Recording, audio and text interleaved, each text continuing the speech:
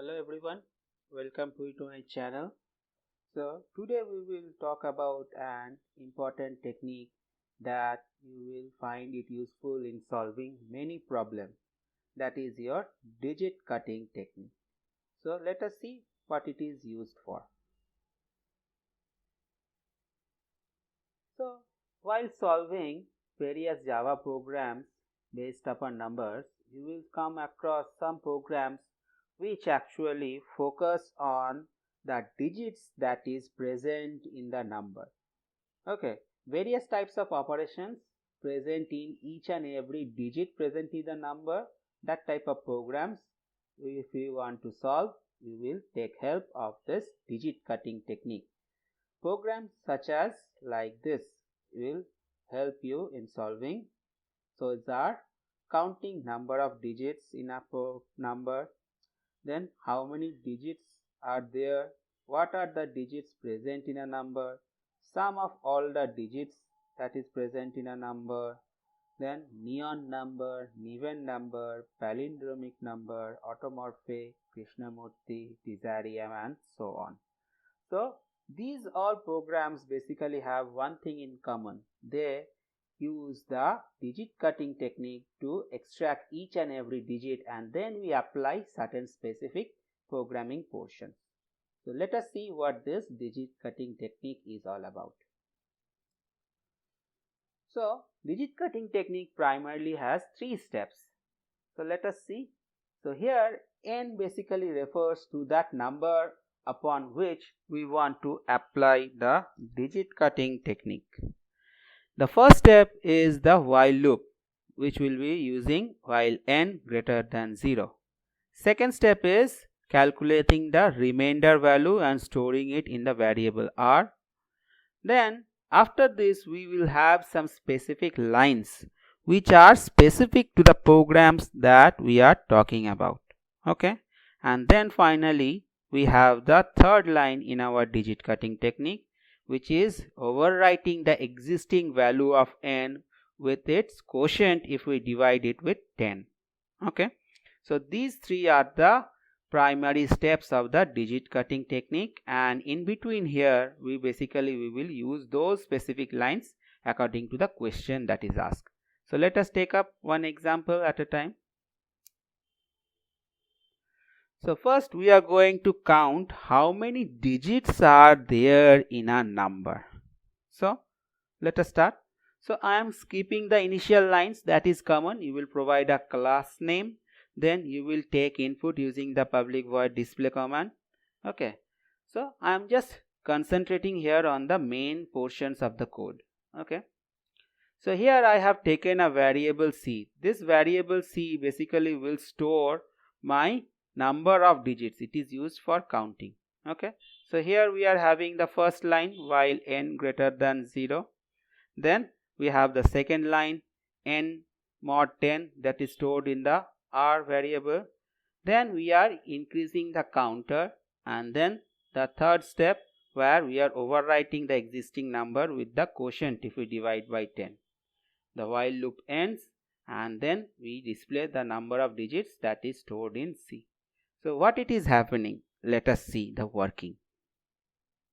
So let us suppose we have taken the value of n as 786.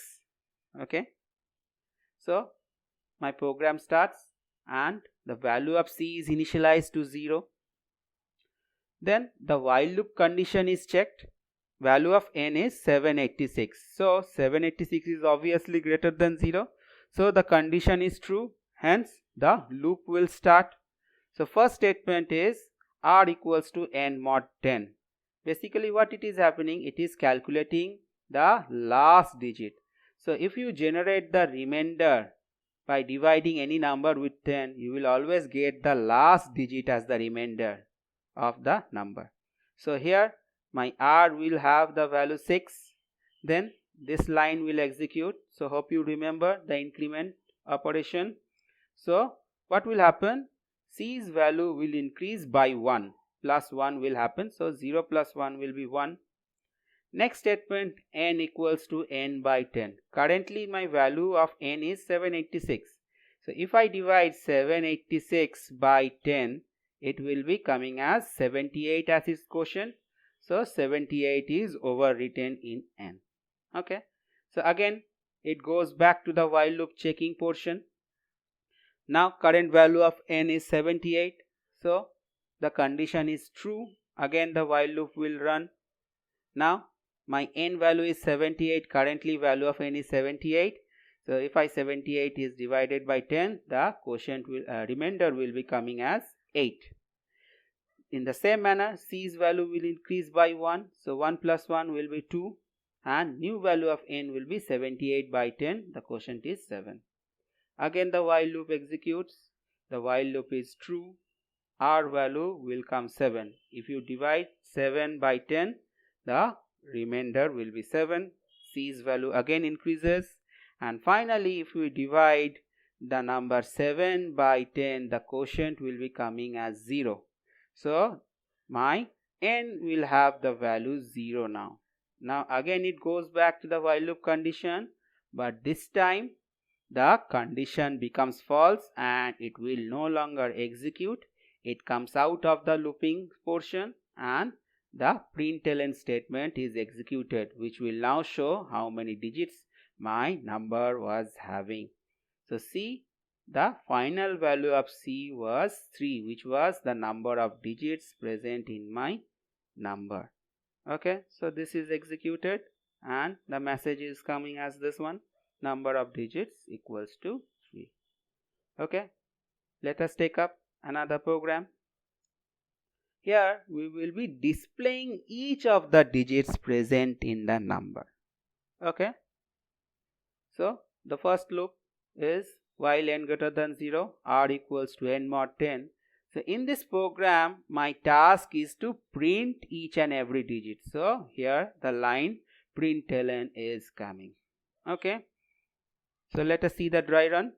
So n, for example, we have taken the value of n as 123. So n value is greater than 0. So loop executes. R value will be 3. Okay, n is having 123. So 123, if we find out the remainder by 10, so it will come as 3. So in the output screen, this number 3 will be displayed. So output screen 3 is displayed.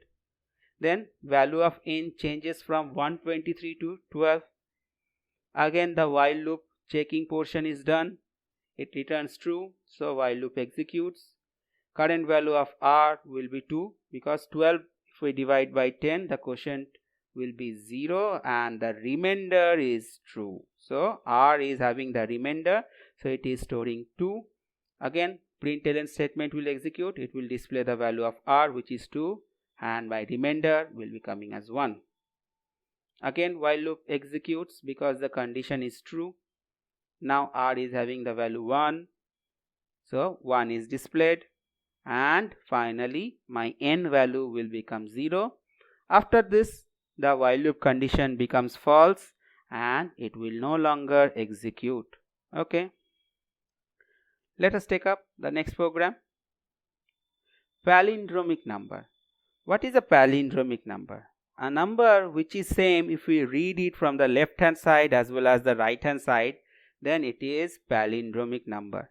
Okay, so palindromic number, basically what we do, we first reverse the number, then we check the reverse new number that is generated with our original number. If it is same, then we call it a palindromic number. Okay, so these are the steps. So here I have taken 2 extra variables. First one is the ref, that will be used to store the reverse of the number, and co is used to store the copy of my input number. Why copy of the input number is required?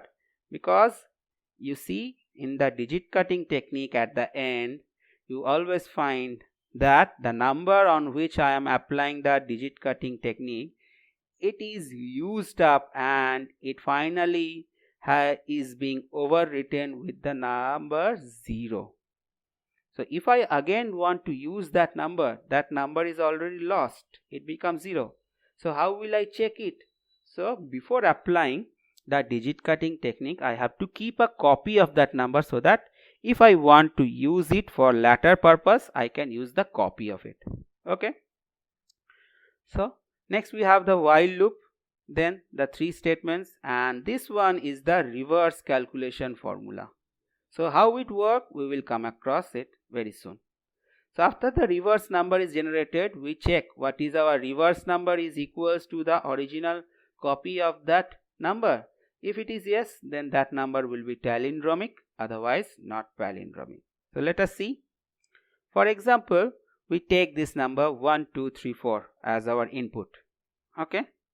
So reverse is initialized with 0 and CO will have the value of our input number, that is 1, 2, 3, 4. Then first time the loop checks it, condition is true, so it will be generating. So R value will be the last digit. Then reverse value, how it is calculated. See, the initial value of reverse is 0.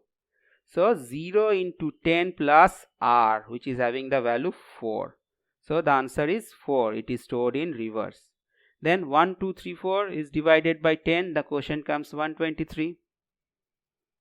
Then again the while loop condition is checked. 123 is greater than 0. So loop will execute. New value of R is 3.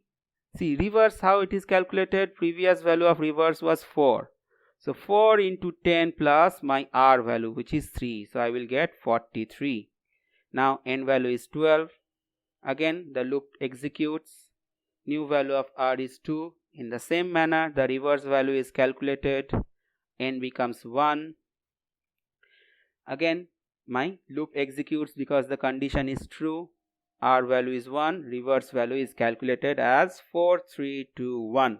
And finally my N becomes 0. So see here, my N, which was my input having the number 1, 2, 3, 4, it has now been converted to 0.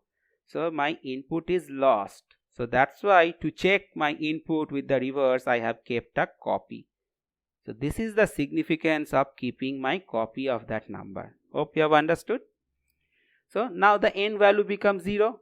So the loop will no longer execute. The condition becomes false. So the loop terminates. Now it goes to the checking portion. So you can see my reverse number is 4, 3, 2, 1. But my input is 1, 2, 3, 4. So these two numbers are not equal. So it will give the result as not palindromic number. Okay. Let us see with one another example. This time we are talking about 1, 2, 2, 1. Okay. So you can see that from the left hand side as well as from the right hand side, it is the same number. So it is palindromic. So let us check it. Reverse value is 0. CO is 1, 2, 2, 1. My copy is 1, 2, 2, 1. N greater than 0. So the loop executes. R equals to 1. Reverse value will become 1. N will be 122. Again loop executes. New value of R will be 2. Reverse will be 1 into 10 plus 2. Okay. So it comes 12. N value becomes 12. Again the loop will execute. New value of R will be 2. Reverse will be 12 into 10 plus 2, that is 122. And N will be overwritten with its quotient, that is 1. Next again loop executes. New value of R will be 1. Reverse will be 1, 2, 2, 1. N will be 0. So now the loop is giving a false answer. So loop will not execute anymore. See now here. The reverse number is coming as the same as my input number. So it will display the message as it is a palindromic number. Okay. So hope you have understood. So today we will end the video here. We will go across some other programs in my next video, such as the Desarium number, okay, Krishnamurti number, and so on in my next video. Okay. Hope you have enjoyed and understood today's class. So stay safe. See you soon in my next video. Bye bye.